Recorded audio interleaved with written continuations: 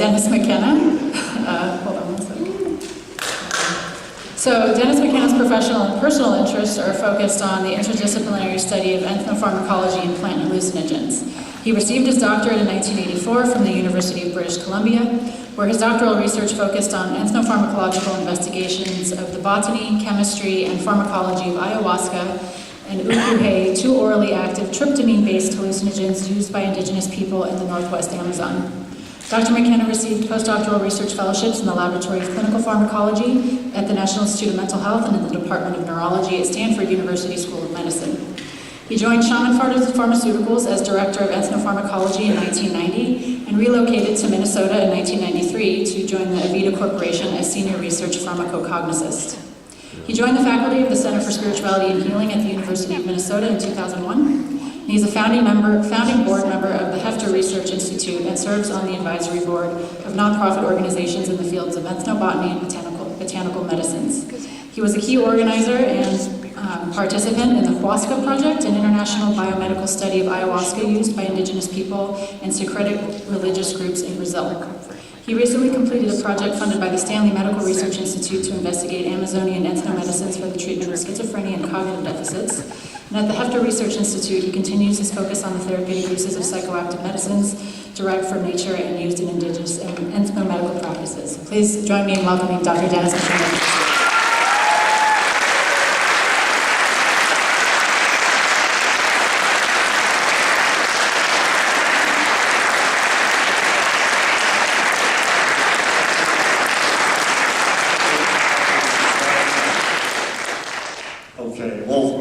Thank you, Jessica, for organizing this. Thank all of you for coming out. It's always gratifying to see such a wonderful turnout. And I have to give a special thanks to Jessica for being the organizing force behind the Minneapolis Psychedelic Society and events like this. You can tell from her brief description of what she's done that she is a force for nature. She's a force for change.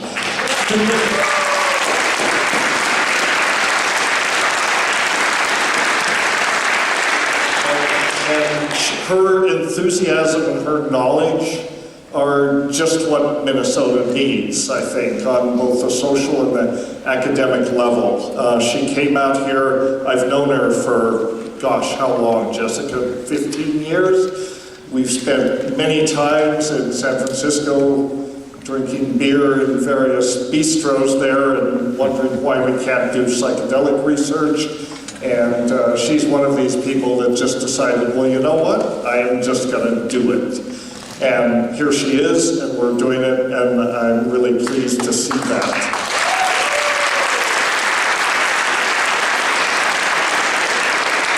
Minnesota is one of the places, it's a major academic center, and it should have an active program in psychedelic research, because this is what's happening. This is the cutting edge in mental health, and people like Jessica are the catalysts that are bringing this together.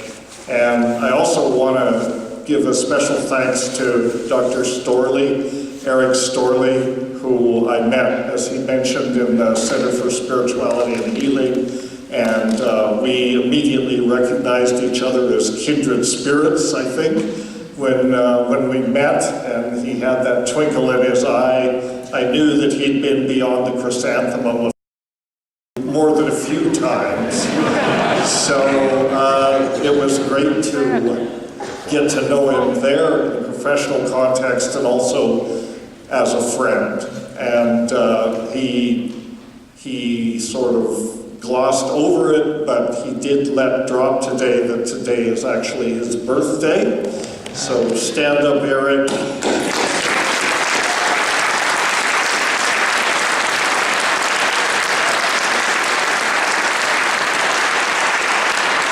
He was born in 1940, 10 years before I was born.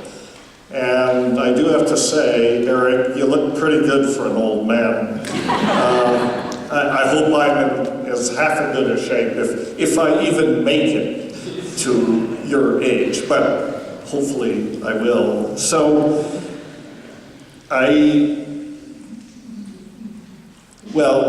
have 30 minutes, which will probably not be enough time, but this is my farewell, supposedly my farewell symposium.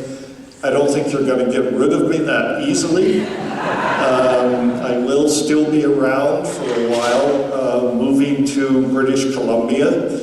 My wife is from British Columbia. My daughter has dual citizenship, and she is already living there. And so it's not the current political situation in the States that is the main reason for our moving, although it's certainly a big reason. But this has been a long-term goal for a long time. And, I have roots going back to in British Columbia for many years. I got my PhD from there. My wife is from Kamloops, and because she is Canadian, that makes it possible for me to immigrate. And what I'm hoping is that there will be a synergy that will develop, but there's many active groups in British Columbia working on psychedelic research. So I'm hopeful that there can be some overlap and maybe some synergy from that. But that said, I have to say that it's a bittersweet experience for me to think about leaving Minnesota and moving to not just a different state, but a different country. It's complicated, but it's kind of a bittersweet thing. Minnesota's been very good to me. I've made so many wonderful friends here within and without the psychedelic community. So it will not be easy to leave, but for various reasons, now's the time. So that's going to happen, but I'll be back, and hopefully I'll be able to come visit very often. So what I want to do today is just talk a little bit personally about my experience with psychedelics, how we got to this place, and then I have a passage from the book, and hopefully that'll more than fill up half an hour. So many of you in this room are familiar with our story, the Terry and Denny myth. And I wrote this book, The Brotherhood of the Screaming Abyss, in 2012, and it's basically a memoir, and that's us there. This is from a photograph that was taken by my mother in 1957 at the edge of the Black Canyon of the Gunnison National Monument, which is about 30 miles from the town I grew up in, a very small Midwestern town called Paonia. And we used to visit the Black Canyon all the time. It's the deepest gorge in the western United States. It goes down 3,000 feet. And we used to go there all the time because it was easy to drive out there on an afternoon and have a picnic and then just marvel at what an amazing place it was. And still is, as you can see. It's rather sobering to go back to a place that you haven't been for 30 or 40 years and realize how much you've changed, and this place has changed not at all.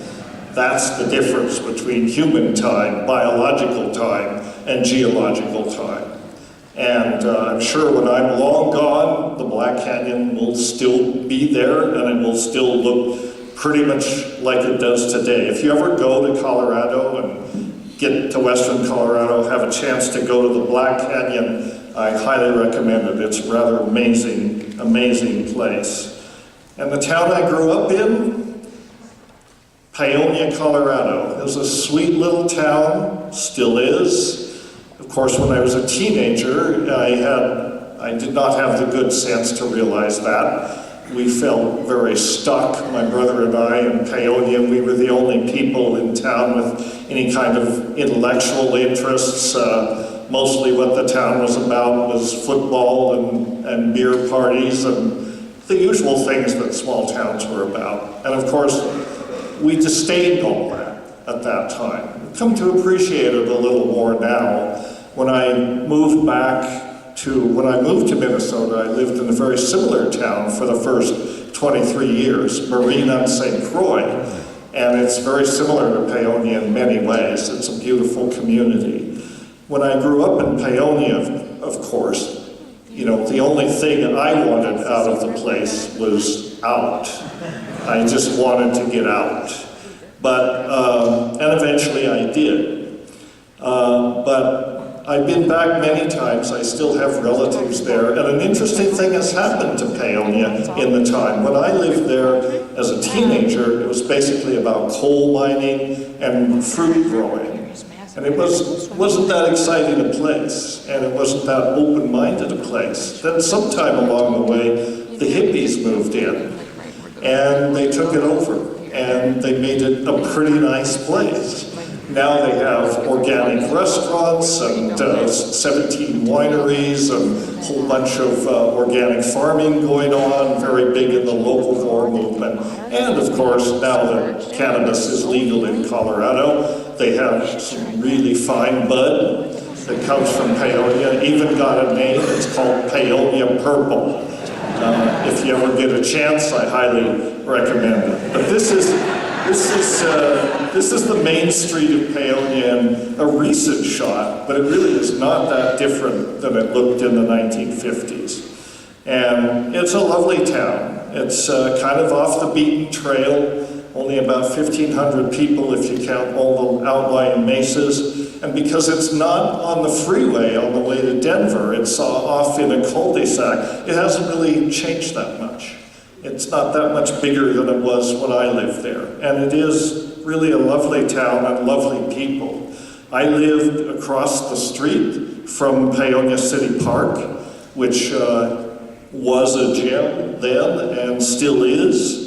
And actually somewhere in this picture is the tree under which I had my first experience with cannabis. My brother, who was in Berkeley at the time, 4 years older than me, came out one summer, I think it was 1966 in fact, with his cute Jewish girlfriend and a bag of weed that you probably couldn't give away today. Wasn't really high quality, but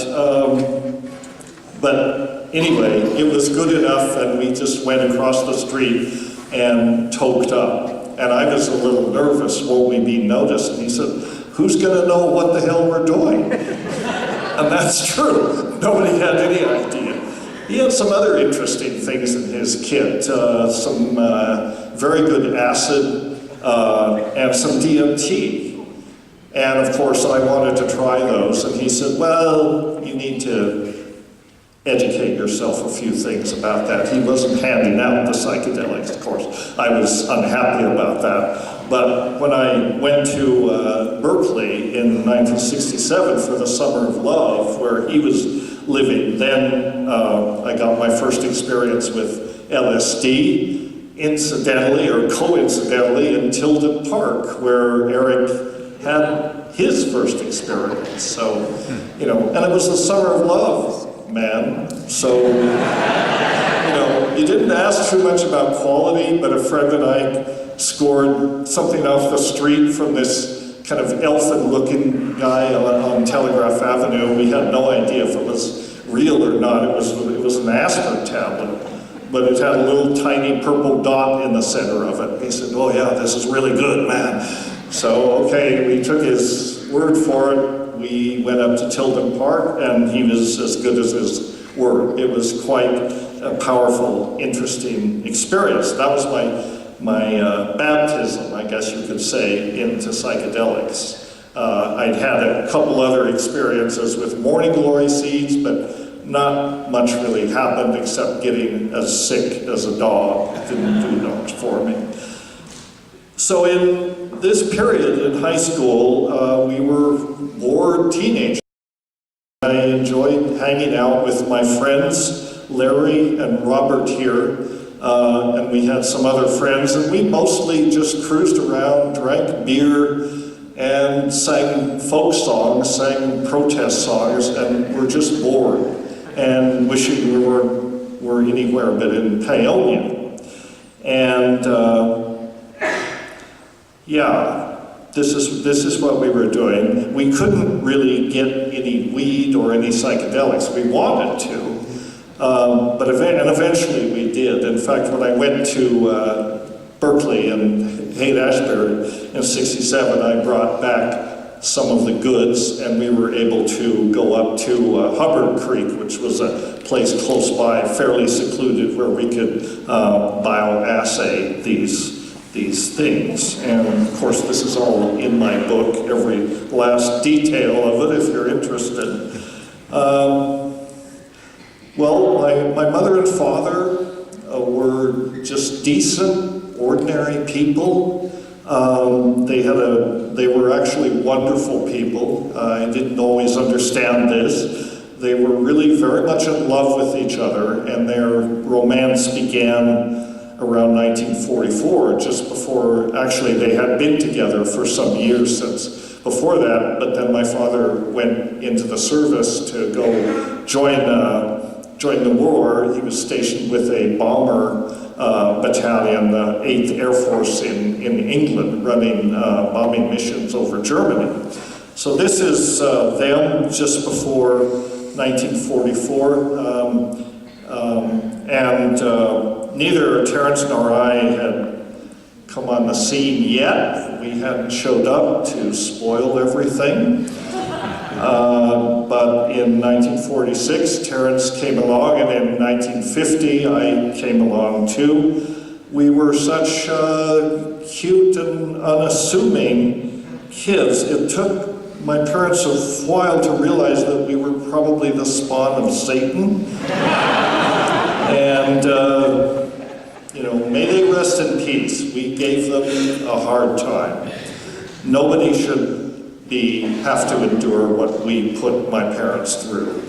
But hopefully they'll forgive me, and even in time they began to sort of see that there was another side to this whole psychedelic scene. And after, we reached a certain maturity, and they realized, well, they haven't gone crazy, they haven't jumped off a roof, they haven't killed anybody, they've stayed in school, maybe it's okay, so hopefully, but my mother died in 1970 before most of those problems started, and my father died in 1997, so he was around to see this change, and that's how it was. Well, in 1968, 67, 68, 69, Terence was in Berkeley.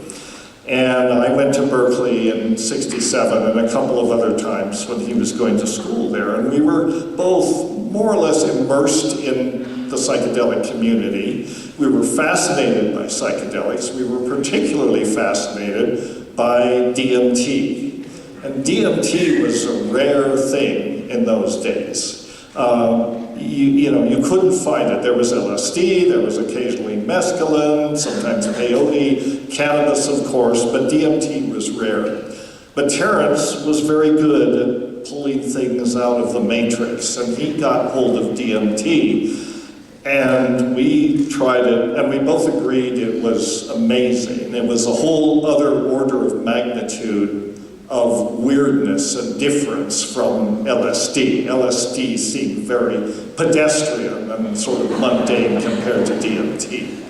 The problem with DMT, we found, was it was utterly amazing, but it only lasted about 15 minutes. So we were frustrated. We thought, well, if we could spend more time in this dimension, and that's how we thought of it, as a dimension, not a state of mind, then we could sort of look around and see what's going on and what's with all these beings that show up and this just very weird place. So we thought very naively that if we could find an orally active form of DMT, it might last longer, just because the pharmacokinetics would be different and it would last longer, and then we could do it.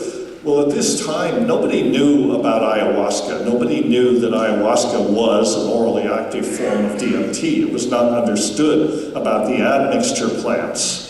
But we stumbled on a paper by Schultes, one of the giants in the world of ethnopharmacology, which was called, in the title, Varola as an orally active hallucinogen. And Varola is a genus of trees in the nutmeg family. The sap of the tree contains very high levels of DMT and 5-methoxy-DMT. And it's used by different tribes in the Amazon as a snuff. But DMT by itself is not orally active because you require MAO inhibitors to be orally active. And we found out that from this paper that the Witoto, which was a group that had this orally active form of DMT, which they call Ukuhe, and their ancestral home was a place called La Chorrera in the Colombian Amazon. And at the time, we thought, there's nothing more important than DMT. DMT is the secret. We didn't know to what, but it was the secret, and we had to go after this thing. So, we quit school. We decided we're going to go to Colombia and get this ukuhe. We're going to find the secret. So we enlisted 3 of our equally naive companions, and we set out for La Chorrera, and we got to La Chorrera. And this is where we are. When we got to La Chorrera, which is in the Colombian Amazon, in the Rio, north of the Putumayo. And we didn't know what to expect, but when we got to La Chorrera, this little mission village, we found that pasture had been cleared all around the mission. And they brought in these Cebu cattle with the white hum. And the Cebu cattle, as all cattle do, have a way of fertilizing the fields. And it turns out that the dung of the Cebu cow is the preferred substrate for the pantropical psilocybin mushroom. So this is what we were in search of when we went to La Chorrera. This Varola, which they called ukuhe, this legendary orally active form of DMT, which when we eventually found it took a long time. It didn't actually happen on this first trip in 1971. It turned out to be disappointing. What we found when we got to La Chorrera, as a result of this pasture, these cows, the rainy season, an abundance of moisture, was this, Psilocybe cubensis, the pan-tropical psilocybin mushroom, which at La Chorrera at that time produced big, beautiful clusters of this mushroom growing out of every cow pie. And we were very cavalier about this. We knew what they were. We had had no experience with them, but we knew what they were. And we thought, these will be fun. We can play with these while we're trying to get this mystery, talking to the people and trying to be discreet about discussing, the most secret element of their shamanic magic. We'd been warned by an anthropologist not to just go in there and start asking for it. So we thought, well, okay, great. We can hang out. We can take these mushrooms. We had plenty of cannabis, which we brought with us, so we sort of settled in. And we started taking mushrooms. And we started taking a lot of mushrooms. And quickly, the mushrooms sort of rearranged our priorities. Our original objective kind of got lost as the mushroom made it clear that they were the real secret. And boy, did they have secrets to tell. And so they started telling us those secrets. And it turns out mushrooms are probably the best orally active form of DMT. Those of you who know chemistry know psilocin, the active ingredient, is very, very close to DMT. What I would like to do is read a passage from my book, depending on how much time there is. 10 minutes? Well, Jessica, as you may have noticed, is a very fast talker. I am not, but I'm going to try to read this and give you the flavor for how it was as we went to La Chorrera. This is chapter 30 of my book. It's called On the Edge of the Abyss. And it says, Mission La Chorrera consisted of a small church with a wooden bell tower, the Padres' residence, a police outpost near the dock on the river, and a cluster of buildings that included classrooms and a few other simple structures. At the end of our trek, we had just taken a trail from the parallel river, a 4-day trek through the jungle that was rather arduous. At the end of our trek, we were exhausted and grateful for the chance to hang and recover in an empty hut. After a few days, however, the teachers who usually lived there arrived with the bush pilot on his monthly mail trip, and we relocated. The padre, a Capuchin priest by the name of Father Jose Maria, let us stay temporarily near the mission in a hut on stilts we quickly dubbed the Knoll House. A number of Witoto families had recently arrived to pick up their children from the mission school at the end of its academic year. In a few days, the padre told us that the families would depart and there would be numerous empty dwellings to choose from. We had our eyes on another raised hut set off in the forest, but until that opened, we were quite happy where we were.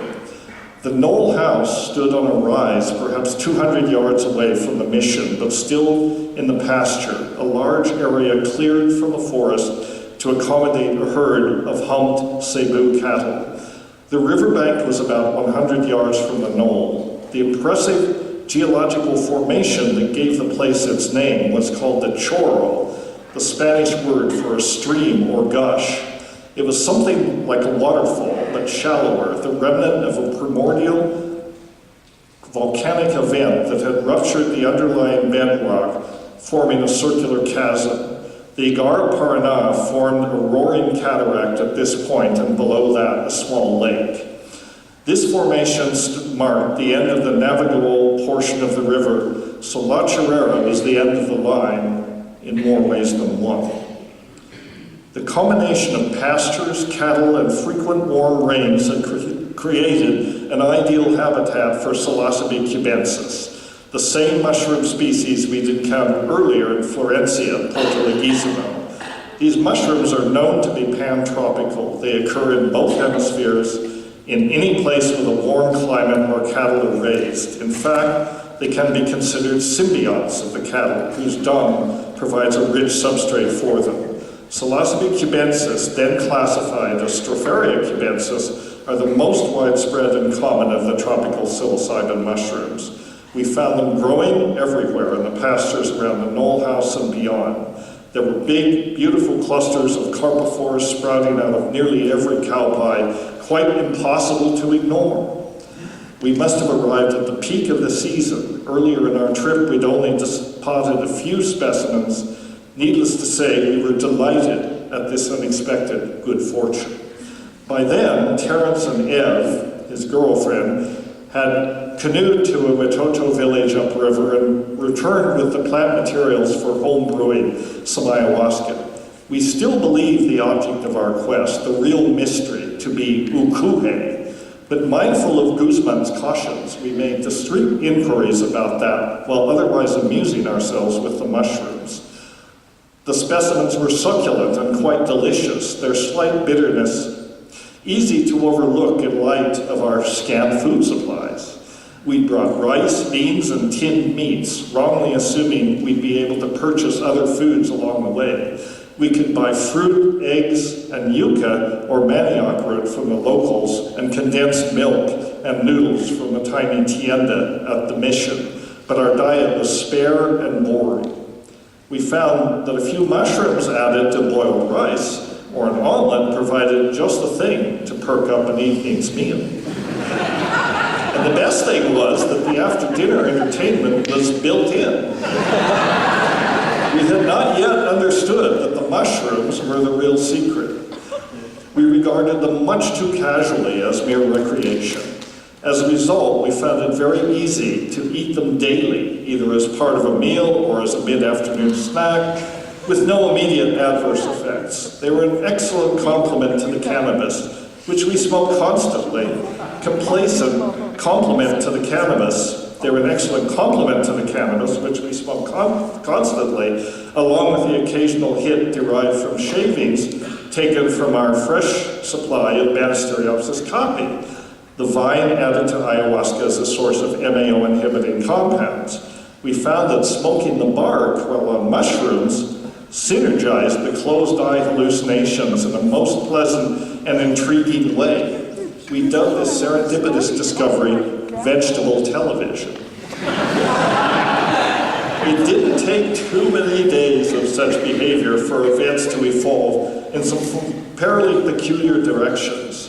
As anyone with experience will tell you, the mushrooms stimulate conversation, and they give one funny ideas that seem to be quite novel, even hilarious. Being constantly on a low dose of mushrooms gave new verbal agility to an already very verbal bunch. Our conversations, full of non sequiturs and amusing puns, flowed freely, much as they had during our first trips at Porto Leguizamo. The difference was that we were more or less remained in this noetic space all the time. It was as if our group of 5 had been joined by an extremely erudite, clever, and delightful guest who came for dinner and decided to stay. Although we were enthralled by this verbal levity, our exchanges eventually took on a more serious character. Terence recounted the story of a DMT trip he'd shared with an English girl on the rooftops of Kathmandu a year later when all hell had broken loose. They ended up locked in an erotic embrace that transcended normal lovemaking. Their bodies, seeming to fuse, began exuding a violet, effervescent liquid fluid that evoked a transformation akin to insect metamorphosis. His improbable tale didn't seem all that far-fetched in the mushroomed ambience of our little hut. Another idea came up, one tied to a 1968 article by the anthropologist Michael Harner in Natural History magazine. According to Harner, the Shuar people of Ecuador regarded the ayahuasca dimension as the real world, and many regularly drank the brew as a way of accessing it. Curiously, upon entering that world, they were often greeted by the sound of rushing water in their heads. The better practitioners knew this to be the realm where their magical abilities could be manifested. One such skill was the ability to regurgitate a brilliant substance containing magical darts that could be used either to cure illness or to induce it. As I later learned, the concept of a magical substance produced from the body was an element of ayahuasca shamanism throughout the upper Amazon.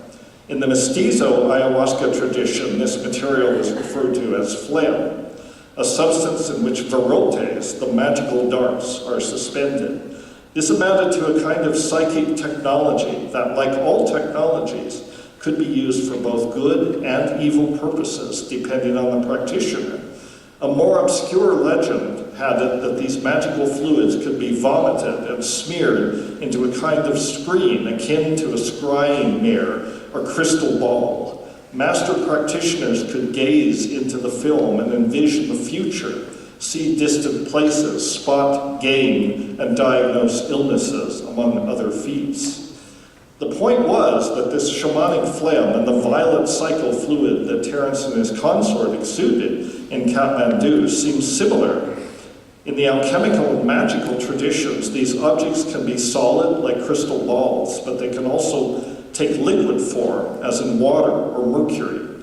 The unified concept was that these things were actually a blend of both matter and mind.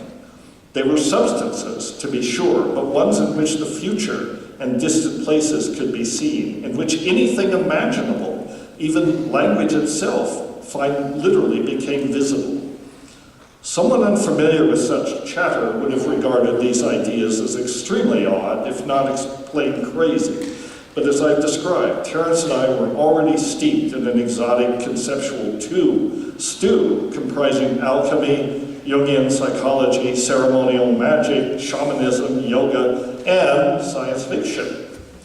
To some degree, that was also true of our companions.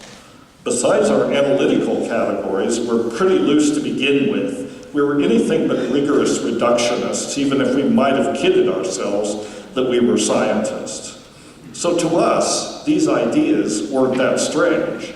Could the body really produce a substance that was a fusion of matter and mind, and it contained metalinguistic idea complexes that could only be comprehended in a state of profound tryptamine intoxication? We had no problem with that. In fact, in our state, that concept made perfect sense. And whatever powers the mushrooms may have given us in the service of great conversation, reductionist rigor and skepticism were not among them. On the contrary, the mushroom encouraged the wildest intellectual fantasies, as if egging us on to ever more outlandish scenarios. We heatedly discussed the parallels between alchemical fluids and crystals and shamanic phlegm. We also explored the role played by sound in evoking these phenomena. Anyone who has smoked DMT can testify that sounds heard inside the head are a prominent part of the experience. Sometimes the sounds are like ripping cellophane. Sometimes they are more like electrical sounds, buzzing, popping, and humming noises. Not uncommonly, similar sounds are often heard on high doses of mushrooms. As Terence noted, DMT trigger glossolalia and other forms of spontaneous vocalization. Once the interior sound is perceived, there is an impulse to imitate it with the voice, to sing along with it. The sound doesn't lend itself well to imitation, but if one tries, the voice eventually seems to lock on to the inner buzz, which then pours out of one's mouth in a long, powerful ululation that is quite alarming and unlike any sound one would ordinarily utter. And making the sound is cathartic. It triggers an almost orgasmic ecstasy, and it greatly stimulates the closed eyelids visual phenomena. There is a precedent for this in the traditions of ayahuasca shamanism as well. The Icaros, the healing songs sung by ayahuasqueros, are used to evoke the inner visions and thereby direct the inner journey. There is apparently a tight link between the Icaros and the inner visions and the manifestation of these fluid psychosubstances. Our conversations revolved around these heady ideas, night after night, as we communed with our new companion. And by then, we did have a sense of being in the presence of an other, an entity of some kind that was fully participating in the conversation, though in a nonverbal or perhaps metalinguistic way. We came to think of the other as the teacher, though it was unclear whether that meant the mushrooms themselves or if the mushrooms provided a channel for communicating with some unidentified entity. Whatever it was, the mushroom was full of interesting suggestions about how our investigation should proceed. We began to think that pure logos had taken physical form, that is, manifested itself as a substance composed of mind, of language, of meaning itself, yet all somehow grounded in a biological substrate. We use the term translinguistic matter to describe this mysterious substance, and we speculated that somehow it was produced in a peculiar state created by ingesting tryptamines.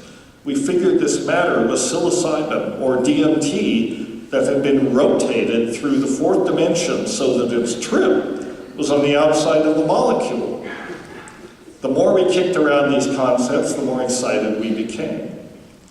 Now, the reader may wonder what we meant by fourth-dimensionally rotated psilocybin, or a trip being on the outside of a tryptamine molecule. These are strange ideas indeed. An analogy might help me explain them. Consider a piece of sheet music made up of printed notes on a page. The notes are an abstract way of denoting sounds of a particular pitch and duration, played in a particular sequence. The sheet music is a representation of the music, in effect a schematic diagram of the music, but not the music in itself. The music manifests itself and the notes are played in a process unfolding through time, the fourth dimension.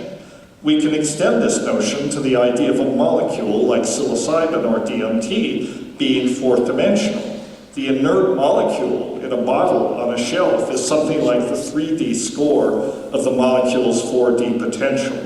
Only when that mundane crystalline substance is combined with a complex mammalian nervous system does the pharmacokinetic symphony the trip, unfold. The body in this analogy is the instrument that plays the trip by metabolizing the molecule. On our 7th night at La Chimera, I know, I'm sure I'm over, the idea of my body being an instrument became all too real after I'd taken 19 mushrooms, my largest dose yet. As Terence put it, I suddenly stiffened and gave forth for a few seconds a very machine-like, loud, dry buzz, accompanied by what I felt to be an intense welling of energy. In many ways, this was the moment when the weirdness leapt to another level. According to Terence, after my outburst, he proceeded to tell his Kathmandu tale as a way to calm us down. The subsequent talk of psychofluids and so forth may have been calming to some, but not to me. The next morning, February 28th, marked the start of my furious writing as I tried to capture the knowledge I'd apparently been chosen to transcribe.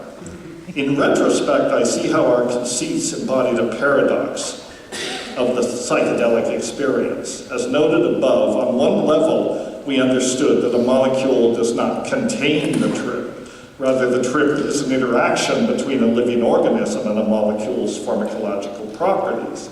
These properties may be inherent to the drug, but the trip itself is not. That explains why a drug manifests differently in different organisms and even differently in the same organism at different times. We got that, sort of, but in our delusion, if that's what it was, we also embraced a conflicting view. We believed an intelligent entity resided in the drug, or at least somehow communicated to us through it. Even as we theorized about the 4D expression of the drug, that the trip could somehow be expressed in its exterior by rotation through the fourth dimension, we were assuming on another level that a being of some sort was directing the trip. We weren't the first or the last to make that mistake. After all, this is very close to shamanistic views of the psychedelic experience, in which the drug speaks through a skilled practitioner. Though psychedelics have been widespread for decades, people still have a natural tendency to describe their experiences as though the trip were in the drug. The LSD gave me wonderful visions, they might say, or ayahuasca showed me, or the mushrooms told me. I'm keenly aware how seductive this assumption is, how easily I slip into it myself, only as a figure of speech. And yet, as a scientist, I must say, no, these substances did none of these things. The human mind-brain created these experiences. At La Chirera, the psilocybin somehow triggered metabolic processes that caused a part of our brains to be experienced not as part of the self, but as the other, a separate, intelligent entity that seems to be downloading a great many peculiar ideas into our consciousness. That's the reductionist perspective. Is it true? I honestly can't say, even today. It either is true or the alternative is true. That there actually are entities in quote-unquote hyperspace that can communicate with us via something akin to telepathy when the human brain is affected by large amounts of tryptamine. That's a hypothesis worth testing if such an experiment could ever be devised.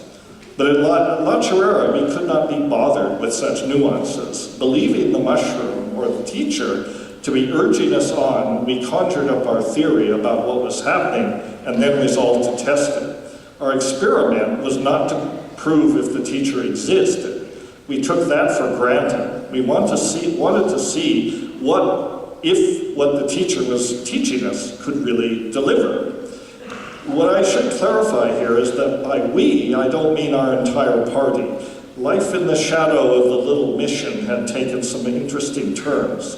Vanessa and Dave had moved out of the Knoll house to a hut nearer the river. Meanwhile, on March the 2nd, Terence, Ev, and I moved further away, down the trail to the forest hut, which by then had opened. The split, while friendly, suggested a philosophic divide. Some of us had wanted to run with the ideas we were entertaining, and some did not. I should add that the ideas that we, quote unquote, were entertaining were largely mine, as the next chapter will reveal. Dave and Vanessa were clinging to the reductionist view for all they were worth. The weirdness around us could all be explained, they said, in familiar psychological terms. The rest of us were suiting up for a plunge into another dimension. We decided our experiment would occur on the evening of March the 4th. Terence spent much of March the 3rd gathering dried roots and sticks from the area around our new hut. On the appointed morning, he used that to build a large fire and boil up some ayahuasca from the plants he brought back from the Witoto village. I had it on the teacher's authority that the beta-carbolines in ayahuasca present as harmine might be the special seasoning we needed to make the recipe work. A key component in whatever it was we were concocting. Years later in his account, Terence would question whether his brew had really been strong enough to provoke an unambiguous intoxication. His theory was that the MAO inhibiting effect of harmine may have potentiated the psilocybin we still had in our systems from the large doses of mushrooms we'd already taken. It's worth noting that we hadn't ingested any mushrooms for a couple of days preceding the experiment. Whatever the reason, the abyss had opened and we were going in. Thank you.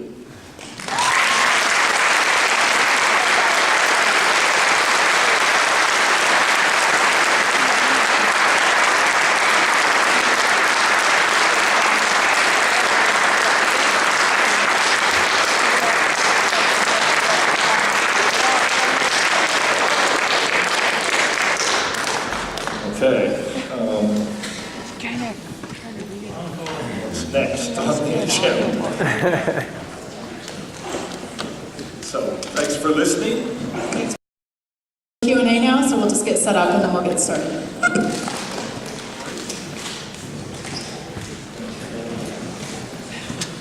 Take a 10-minute break and then come back for the Q&A.